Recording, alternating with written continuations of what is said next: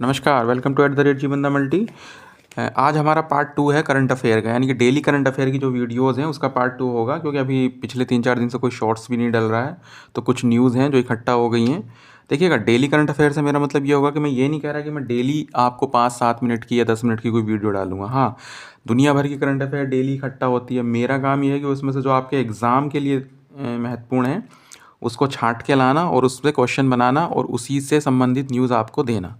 क्योंकि जो भी करंट अफेयर की संबंधित चीज़ें मैं आपको बताऊंगा, वो सीधी और सीधी एग्ज़ाम के पॉइंट ऑफ व्यू से बताऊंगा।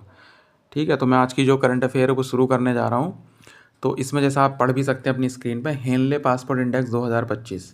तो हेनले पासपोर्ट इंडेक्स 2025 में भारत की जो रैंक है वो 85 है। देखो, हेनले पासपोर्ट इंडेक्स एक एजेंसी है जो कि भारत की भारत की नहीं, जो कि दुनिया भर के जो पासपोर्ट हैं उनकी रैंकिंग को दर्शाती है कि कौन से पासपोर्ट की कितनी पावर है ग्लोबली। देखो, अब इसमें बात ये आ जाती है कि ये चीज़ कैसे तय होती है, कि तय कैसे करेंगे कि किसकी कितनी वैल्यू है, कौन से पासपोर्ट का क्या क्या महत्व है। तो सबसे पहले तो मैं इसके इंडेक्स के बारे में बता दूं कि भारत की जो रैंक आई है इसमें वो 85 है। भारत की रैंक थोड़ी चिंताजनक है, पिछली बार 80 थी, इस बार 85 हो गई है।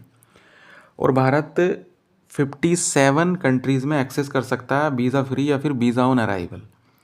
यही, जैसे कि आप समझ गए होंगे कि ये लोग क्या चीज़ देखती हैं, जो ये एजेंसी है हेनले पासपोर्ट इंडेक्स एजेंसी जो कि बनाती है, ये क्या चीज़ देखती है। ये यही सबसे पहले देखते हैं कि कौन से देश का पासपोर्ट पावरफुल है सबसे ज़्यादा वीज़ा ऑन अराइवल या वीज़ा फ्री एंट्री के लिए दूसरे देशों में। तो इसमें एक चीज़ तो याद रखनी है कि भारत का जो स्थान है वो 85 है, और जो पहले नंबर पर है वो सिंगापुर है। जी हाँ, सिंगापुर आपको मैं बता दूं, दुनिया भर में 193 देश यूएन बताता है, और ये सिंगापुर का जो पासपोर्ट है वो 195 कंट्रीज़ में वीज़ा फ्री या वीज़ा ऑन अराइवल है। और लगातार दूसरी बार सिंगापुर है दूसरे नंबर, पहले नंबर पर। और दूसरे नंबर पर जापान है। 2023 तक तो जापान ही हुआ करता था पहले नंबर पर, कई साल तक जापान ही रहा। और जापान भी 193 कंट्रीज़ में वीज़ा फ्री या फिर वीज़ा ऑन अराइवल है। वीज़ा ऑन अराइवल का मतलब होता है कि वहाँ देश, जिस देश में हम जा रहे हैं उस देश में जाने के बाद वीज़ा मिल जाना। ठीक है, तो इसमें सब चीज़ें हैं जो मुझे लगा आपको बताना बहुत महत्वपूर्ण है। दूसरा, इसमें एक और चीज़ याद रखनी है, चाइना की जो रैंक है वो 60 है और पाकिस्तान की जो रैंक है वो 103 है। चाइना की और पाकिस्तान की भले ही उतनी महत्वपूर्ण हो, भारत की ज़रूर याद रखना। और इस बार 85 और 2024 में 80 थी। दूसरी मेरे पास एक और न्यूज़ है।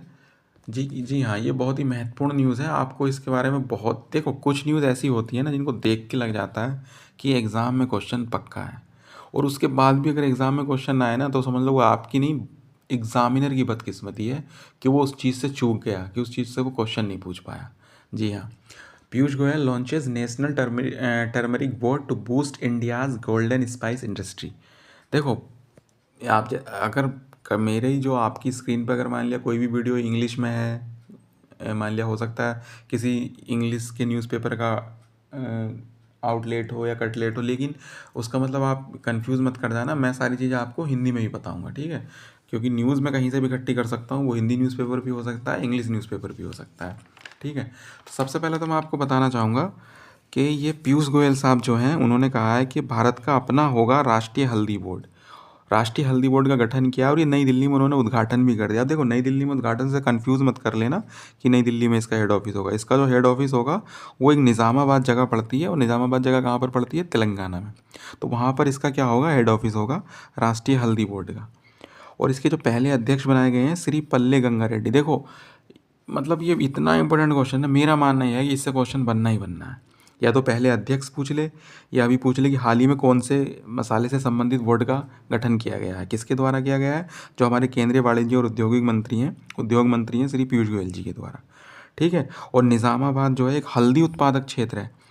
और तुम्हें हल्दी के बारे में मैं एक चीज़ बता दूं, शायद आपको ये ना पता हो, भारत हल्दी का सबसे बड़ा उत्पादक भी है, उपभोक्ता भी और निर्यातक भी है। जी हाँ, 70% उत्पादन भारत में होता है हल्दी का।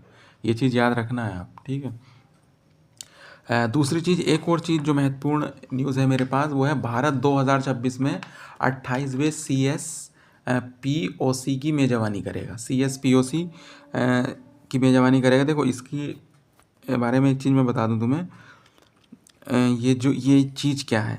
सम्मेलन जो है ना, संसदों में कृत्रिम बुद्धिमत्ता जैसे और सोशल मीडिया में एकीकरण पर केंद्रित होगा। और CSPOC के बारे में मैं बताऊं आपको, ये कॉमनवेल्थ से संबंधित है। जो कॉमनवेल्थ देश हैं उनके जो संसद हैं, उनके संसद के जो अध्यक्ष होंगे या पदेन अध्यक्ष होंगे, वो इसमें अपनी अपनी मीटिंग करेंगे। और ये जनवरी 2026 में भारत इसकी मेज़बानी करेगा। याद रखना है कि भारत कब इसकी मेज़बानी करेगा, या फिर ऐसे पूछ सकता है कि जनवरी 2026 में CSPOC की मेज़बानी कौन सा देश करेगा। ठीक है, भारत पहले भी इसकी कर चुका है, लास्ट टाइम 2010 में की थी।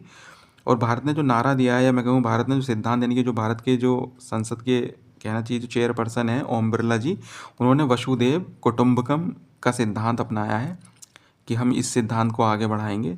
और ये जो किस पे बोलना चाहिए कि किस चीज़ पर आधारित होगा, संसदों की कृत्रिम बुद्धिमत्ता और सोशल मीडिया में एकीकरण पर केंद्रित होगा। ये देखो, वीडियोस बहुत ज़्यादा लंबी भी मुझे अभी नहीं करनी है, और इसीलिए मैं इस वीडियो को यहीं पर समाप्त करता हूँ। और आगे इनमें एक क्वेश्चन आपसे मैं पूछूंगा MCQ। भारत ने भी हाल ही में अपना 15 जनवरी 2025 को भारतीय सेना दिवस मनाया है। आपको बताना है ये कौन सा है, 75वां, 76वां, 77वां या 78वां। Thank you for watching, thank you for listening, God bless you all. और चैनल को सब्सक्राइब जरूर कर लें। वीडियो को आप लोग शेयर नहीं कर रहे हैं, ज़्यादा से ज़्यादा शेयर करेंगे तो उतना ही आप लोगों का भी फ़ायदा है। और जितने भी ज़्यादा इसको नॉलेज को आप बढ़ाएंगे, लोग आपके बारे में भी सोचेंगे और चैनल का भी प्रचार होगा। जो भी चैनल अभी नया है, लेकिन आप मानिए एक बार चैनल से पढ़ने के बाद एग्ज़ाम में जाइए, करंट अफेयर से संबंधित क्वेश्चन मिलने हैं। Thank you.